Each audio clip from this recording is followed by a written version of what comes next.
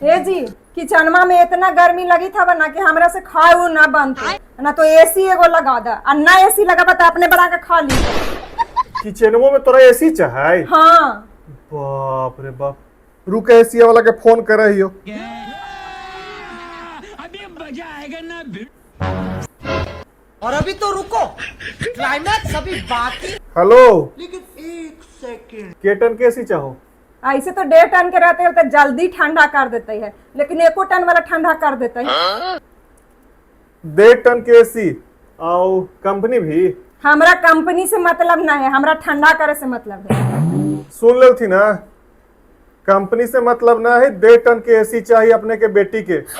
दहेज में अपने एसी ना दिल थी तो हम तो रूम में लगा देली है, लेकिन अपने के बेटी के किचन में फरमाइश एसी लगा देंगे।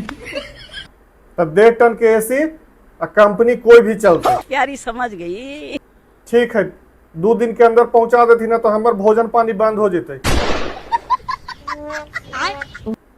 केकरा भी जो फोन में कहले हलू जी?